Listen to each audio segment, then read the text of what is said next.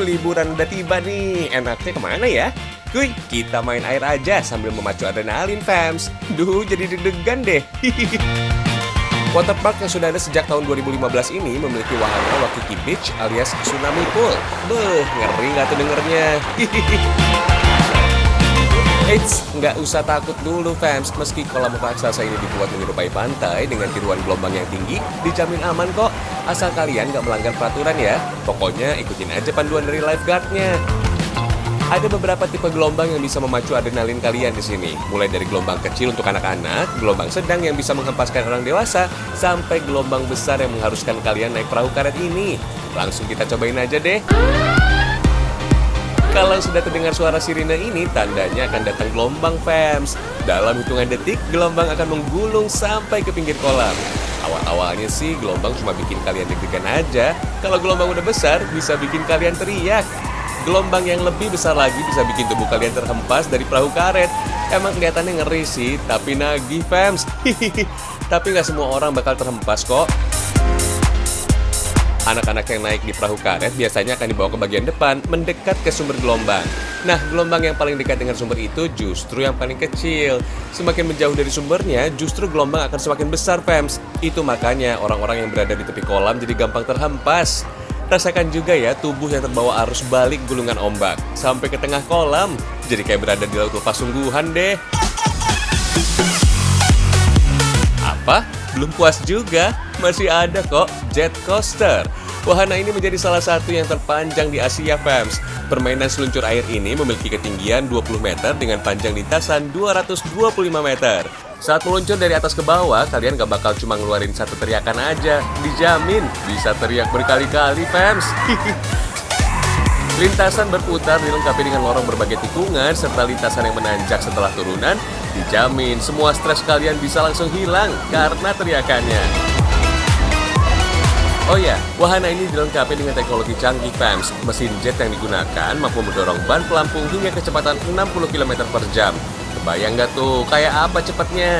Tapi tenang, permainan ini juga dijamin aman kok. Selain Tsunami Pool tadi, jet coaster tertinggi di Asia Tenggara ini juga jadi ikonnya. Kalau sudah capek teriak-teriak, cooling down dulu yuk. Kita santai di Lazy River, fams. Wahana yang satu ini, kalian bakal mengapung santai mengikuti arus yang cukup pelan, mengitari seluruh wahana air. Sambil ngapung, kalian bisa menikmati pemandangan tematik yang dilalui. Tuh, berasa lagi keliling berbagai negara kan? Mulai dari Asia sampai Eropa. Jadi nggak perlu keluar biaya mahal untuk jalan-jalan ke luar negeri, fams. Terakhir, keseruan ini kita tutup dengan foam party. Kalian bakal merasakan mandi busa rame-rame dengan seluruh pengunjung, fams. Tuh lihat, ada mesin yang menyemprotkan busa sabun seperti salju, fams. Gimana, seru kan?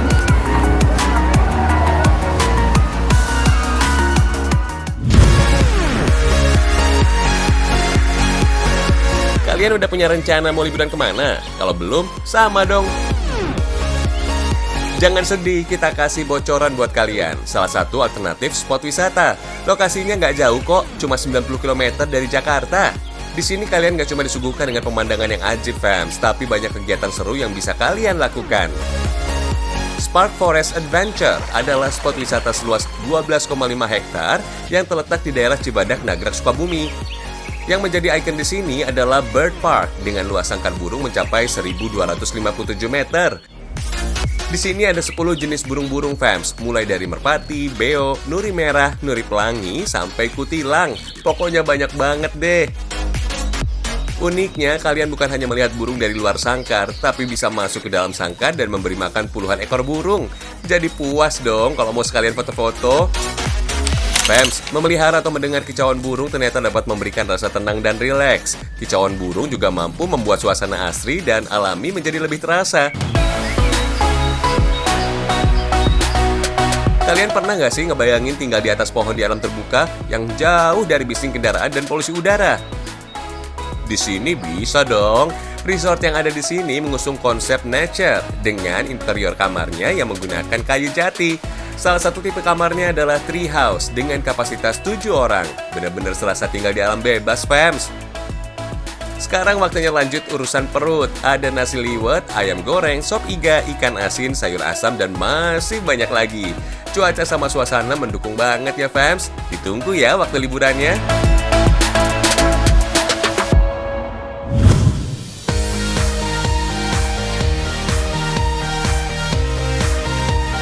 Kalau nyari tempat unik dengan pemandangan kece dan romantis, di sini tempatnya. Ini loh fams, Infinity Pool yang berlokasi di sebuah hotel bintang 5 di Kota Makassar, Sulawesi Selatan. Ngomong-ngomong, kalian tahu Infinity Pool? Itu loh desain kolam yang seolah tanpa batas gitu fams. Desain ini bisa bikin sensasi kolam seolah menghilang, jadi berasa menyatu dengan laut atau langit. Desain Infinity Pool ini terinspirasi langsung dari Marina Bay Sands yang ada di Singapura. Uniknya lagi, Infinity Pool yang satu ini ada tempat duduk berbentuk lingkaran fams yang bisa dijadiin sebagai tempat nongkrong atau berjemur. Pokoknya mau lihat laut, langit, atau panorama kota Makassar, semua bisa dilihat dari Infinity Pool ini. Cakep abis lah pokoknya.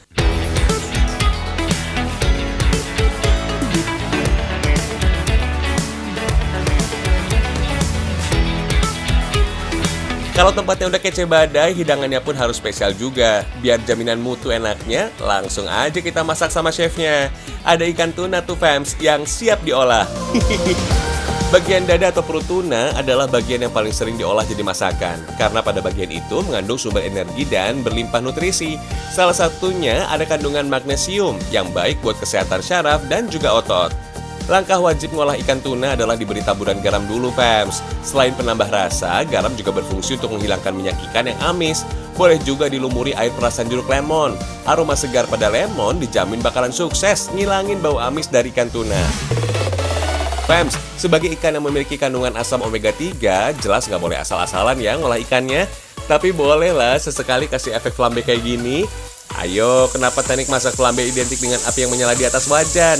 Jadi ternyata panasnya wajan akan memantik keluarnya air pada ikan, sehingga air akan mengenai api pada kompor. Makanya keluarlah kobaran api fams. Wuhuu! Satu lagi nih tips memasak tuna yang baik fams. Jangan masak terlalu lama ya, karena selain bikin daging jadi nggak juicy lagi, juga bisa menghilangkan kadar proteinnya. Yap, tuna udah ready nih. Paling enak sih kalau disandingin sama yang pedes-pedes gitu, sambal mata. Bagi yang udah pernah nyobain sambal mata, pasti udah tahu kan bedanya sama sambal-sambal lainnya. Yap, sambal yang satu ini memang sengaja disajiin mentah tanpa diulek. Satu lagi keunikan dari sambal khas Bali ini, cukup disiram aja pakai minyak panas. Nah, minyak panas ini bisa membantu untuk mematangkan bawang dan cabainya fams. So, aroma langu dari bahan-bahannya juga bisa ikutan hilang fams. Ini dia menu spesial untuk orang yang spesial. Romantis ya fams makan di Infinity Pool. Background panorama yang kece plus ala-ala fine dining gitu deh. Fams, kandungan vitamin dan protein yang lengkap pada tuna ternyata lebih tinggi dari daging. Gak heran ya kalau ikan tuna dijadikan sebagai alternatif pangan di Indonesia. Satu lagi nih fams, bonusnya liburan di Infinity Pool bisa nontonin langsung indahnya sunset di atas pantai Losari. Amazing kan?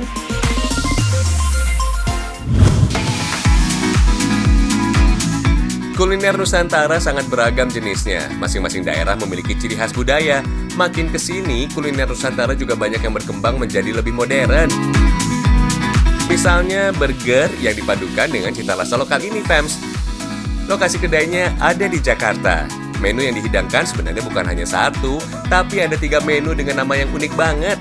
Kita bahas satu-satu ya. Si kuning ini namanya Hello Yellow Chicken Pecel untuk burger rasa pecel. Ini salah satu menu yang paling populer fams. Dari namanya aja udah ketahuan, bun atau roti untuk burger ini punya warna kuning yang terbuat dari ekstrak wortel. Makanya warnanya nggak mencolok banget karena nggak pakai pewarna kimia. Di sela-sela 2 bun yang ditumpuk diberi patty dari daging ayam yang digoreng menggunakan tepung crispy. Terus di atas patty ayam ini dikasih pecel dengan sayuran kangkung plus toge yang sudah ditambahkan bumbu kacang yang biasanya digunakan untuk bumbu pecel Madiun. Selain burger pecel, 2 burger selanjutnya gak kalah bikin penasaran. Masih dengan daging ayam yang sama, ada menu burger dengan nama Pretty Purple Chicken.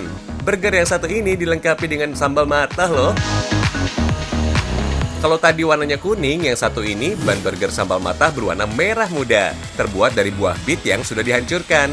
Burger ini mengadopsi makanan tradisional Bali fams. Sambal mata memang jadi kekuatan utama dari rasa burger. Sambal yang pedas dan bawang yang segar bikin siapapun yang melahapnya lupa kalau masakan ini berbentuk burger. Nah, yang satu ini emang agak nyeleneh dari kedua temannya. Ini namanya klasik beef rendang. Iya, si rendang dari tanah Minang. Nama klasik merujuk pada penggunaan ban atau roti yang berwarna coklat seperti burger pada umumnya. Makanya mirip sama burger kebanyakan yang menggunakan daging sapi sebagai proteinnya. Burger rendang dihadirkan lengkap dengan daun singkong dan bumbu rendang. Gak heran, banyak banget yang ketipu kalau lagi makan burger. Soalnya berasa kayak lagi ada di warung Padang dan makan nasi. Padahal karbohidratnya berbentuk roti. Kalau ngomongin tentang harga, menu burger ini terbilang cukup terjangkau, fams. Masing-masing burger dibanderol Rp25.000 sampai Rp35.000 aja. Nggak seperti burger pada umumnya yang dijadikan menu camilan, ukuran burger ini relatif lebih besar dan bikin perut berasa kenyang banget.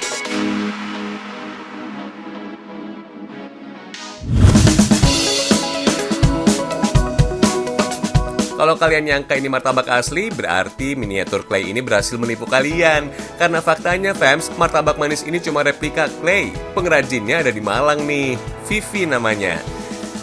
Ibu satu anak ini mulai berkecimpung di dunia kerajinan Clay sejak tahun 2009. Sampai akhirnya, ia berani memasarkan karyanya 5 tahun kemudian. Bahan kerajinan Clay ini memakai bahan Clay air dry yang cukup dijemur atau diangin-anginkan agar bisa kering. Bahan dasar Clay warnanya putih, fams. Makanya untuk mendekati aslinya harus pakai pewarna lagi. Bisa pakai cat akrilik atau eyeshadow.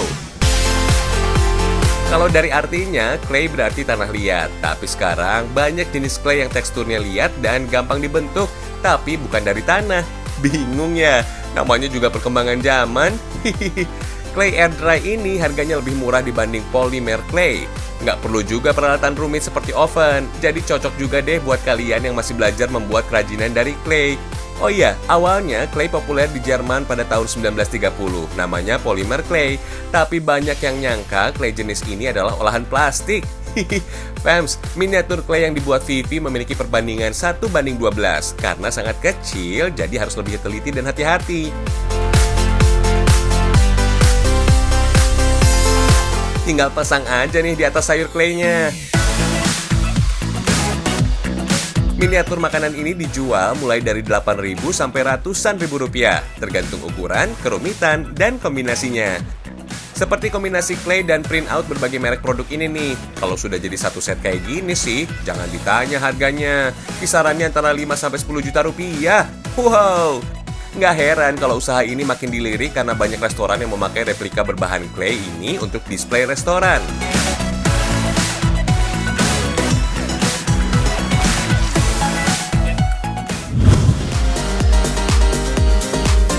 Fams, masih ngomongin mie yang dikenal sebagai makanan pemersatu bangsa nih.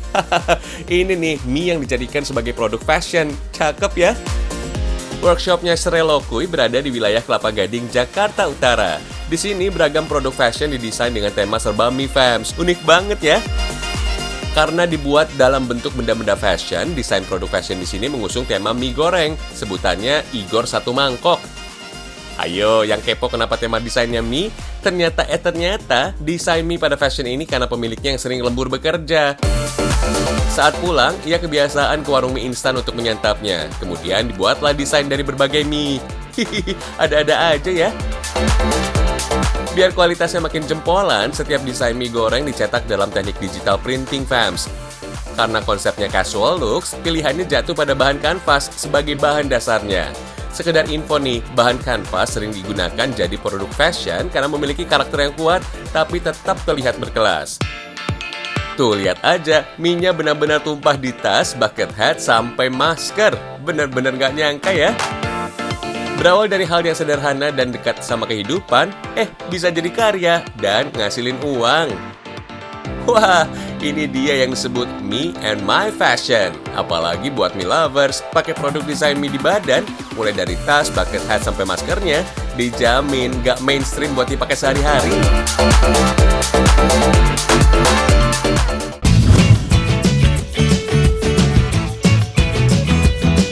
Begini nih serunya menjemur mie kering di Ranah Minang, Sumatera Barat. Lihat the fams, mie kuning ini harus ditarik katrol agar bisa sampai ke lantai 2. Ayo, semangat ya. Sama kayak semangatnya aku untuk mendapatkan hati kamu. Meski lahan yang terbatas, para perajin mie ini nggak akan menghabiskan ide untuk menjemur mie agar menjadi kering. Nah, disinilah tempat penjemurannya. Saat cuaca panas lagi garang-garangnya, mie kuning harus dijemur sampai kering, fams. Meski cuaca panas, hati para perajin mie ini nggak bakal ikutan panas atau emosi. Mereka justru bahagia karena mie kering pada hari itu juga, sehingga mie bisa dijual langsung ke pasar. Dibandingkan dengan mie basah, mie kering ini bisa awet 3 hingga 6 bulan lamanya. Padahal mie kering ini nggak pakai pengawet sama sekali loh. Kandungan air yang rendah menyulitkan jamur tumbuh dan merusak kondisi mie. Oh ya, mie kering ini terbilang berbeda loh karena tidak dilengkapi dengan bumbu siap saji seperti mie instan. Justru inilah yang membuat kalian bisa lebih mudah mengkreasikan resep mie yang lebih beragam. Mau pedas, gurih, atau asin, bisa disesuaikan dengan lidah kalian. Di sini loh fams, produksi mie kering dilakukan. Kalian bisa menjumpai pabrik pembuatan mie di kawasan Seberang Padang, Kecamatan Padang Selatan, Kota Padang, Sumatera Barat. Kalau diperhatikan sih, setiap daerah ternyata memiliki ciri berbeda dalam pembuatan mie. Kayak penjemuran mie yang terbilang unik tadi ya. Kualitas rasa dan tekstur mie di sini juga menjadi prioritas utama. Makanya itu, bahan yang digunakan nggak main-main. Selain tepung terigu dan tepung tapioka, ada campuran telur dan minyak sayur berkualitas. Sekarang kita intip pembuatan mie yuk. Oh iya fams, kata tepung terigu ternyata berasal dari bahasa Portugis, yaitu trigo, yang artinya gandum. Emang nggak bohong sih, tepung terigu terbuat dari biji gandum. Meskipun bukan makanan asli Nusantara, mie menjadi salah satu jenis makanan yang paling populer di Asia. Mie pertama kali dibuat di Tiongkok sekitar 2000 tahun yang lalu, kemudian berkembang sampai ke Eropa. Kalau di Indonesia sendiri, mie dikenal sebagai makanan pokok kedua setelah beras. Tingginya permintaan mie di Nusantara, pembuatannya kini beralih dengan mesin-mesin modern dan besar fams. Oh ya, mie digolongkan menjadi 2 jenis, yaitu mie basah yang memiliki kandungan air yang cukup tinggi. Mie basah ini hanya bisa bertahan 1 hari. Sedangkan mie kering memiliki kandungan air yang rendah, jadi mampu bertahan lebih lama lagi. Tambahan minyak sayur di dalamnya membuat mie tidak kusut, mudah diurai, dan tidak menggumpal fams. Tapi proses ini belum selesai fams. Mie ini kemudian harus dimasak dulu. Berbeda dengan pembuatan mie biasanya fams. Kalau mie basah dimasak dengan cara direbus, mie kering justru di oven agar bisa matang. Proses oven juga memakan waktu lebih panjang, sekitar 20 menit, dibandingkan merebus mie yang hanya makan waktu 5 menit saja. Setelah matang, mie harus segera didinginkan dengan cara diangin-anginkan. Teknik ini ternyata bisa meminimalisir tiap helai mie menjadi lengket dan menggumpal fams. Saat suhunya hangat-hangat kuku, mie kuning harus langsung digulung. Nah, proses ini juga yang akan memudahkan packing terlihat lebih rapi nantinya loh. Fams, proses mengadon mie di sini hanya dilakukan setengah hari saja. Setengah hari lagi, proses penjemuran mie bisa dilakukan. Unik ya?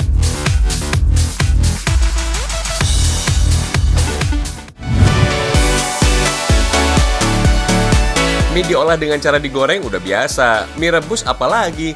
Di ranah Minang, mie bisa loh dijadikan campuran kuliner khasnya. Ini dia Katupek Pitala. Sajian yang satu ini memang mirip dengan ketupat sayur Minang fams, tapi bedanya terdapat tambahan mie di dalamnya.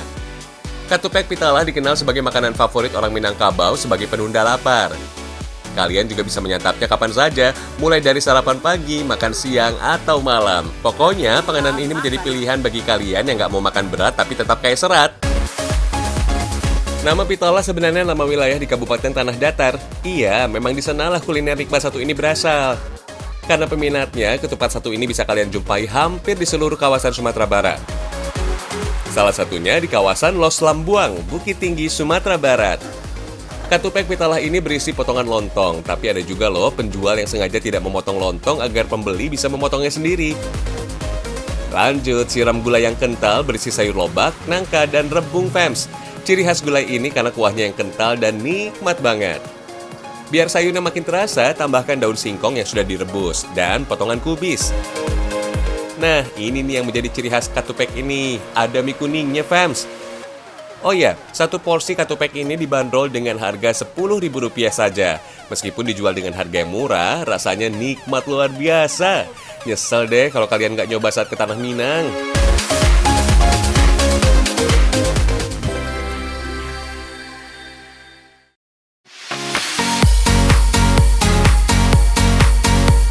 Jalan-jalan udah, makan juga udah. Nggak terasa, sudah 30 menit aja kita nemenin kalian. Saksikan Ragam Indonesia, karena Indonesia istimewa.